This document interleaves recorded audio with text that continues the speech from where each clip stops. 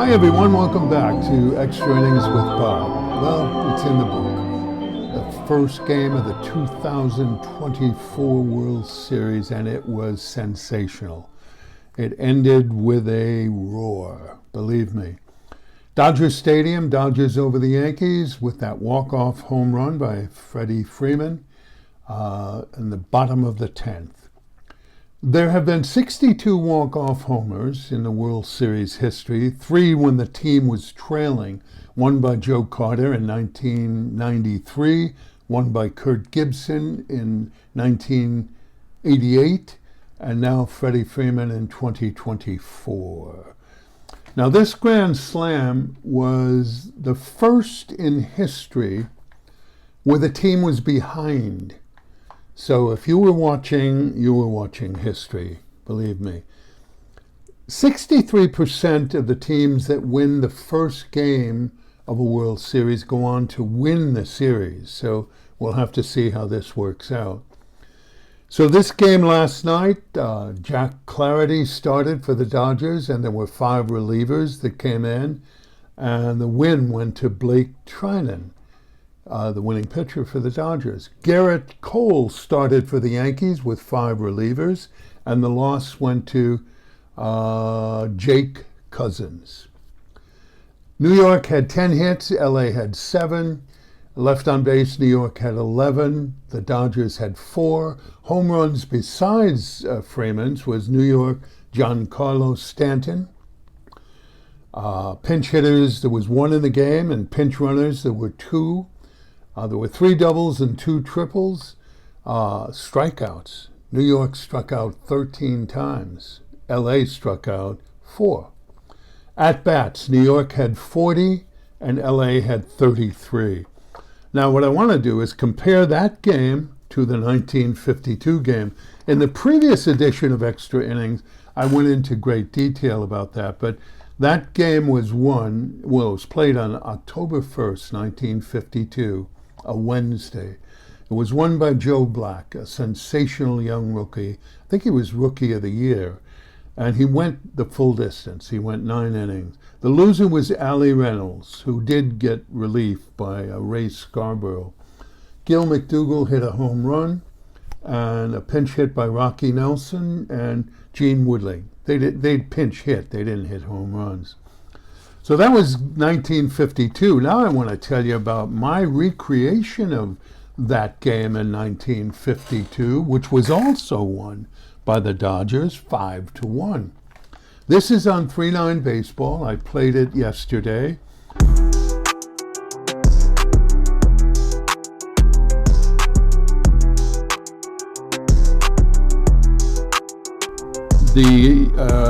They were managed by Casey Stengel and Chuck Dressen. The first game was at Ebbets Field.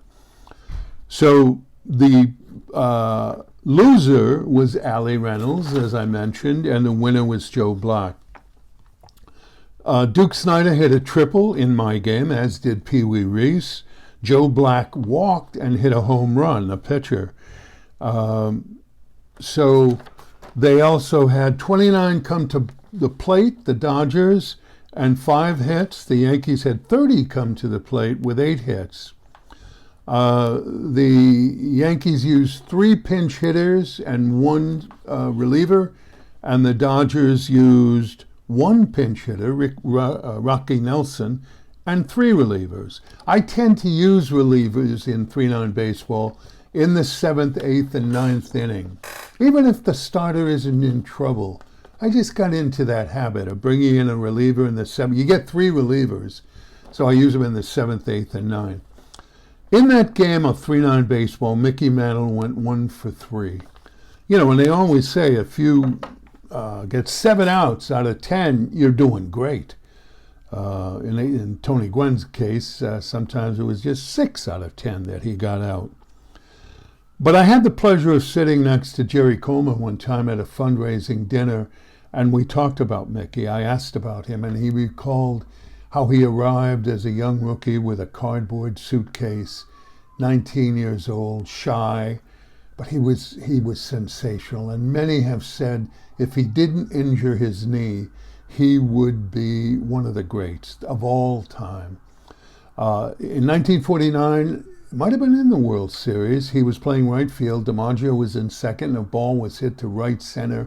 They both went after it. DiMaggio got it, and Mickey's cleats got caught in a drain in right field and racked up his knee. Probably today, if it were the medicine of today, it might have been corrected, but it plagued him his entire career. He was very special. He was handsome. He moved beautifully. He was quick. He batted left-handed, right-handed, and always won batting titles, triple crowns. So I talked to Jerry Coleman about him, and he remembered him dearly. But I also reminded Jerry Coleman at this dinner that he had come to the youth center in Scranton, Pennsylvania when I was about 11 with Gil McDougall and Gene Woodling. And Gene Woodling had just been traded from the Yankees to the St. Louis Browns, who were going to become the Baltimore Orioles, and they were teasing him about that. And I reminded him about that tour to the Catholic Youth Center, and he said he remembered it. I doubt very much if he remembered it. But if I want to relay the end of Mickey Mantle's life, when he was on a media tour and he was talking to kids about living a better life than he had, not abusing your body and taking care of yourself. He was an inspiration.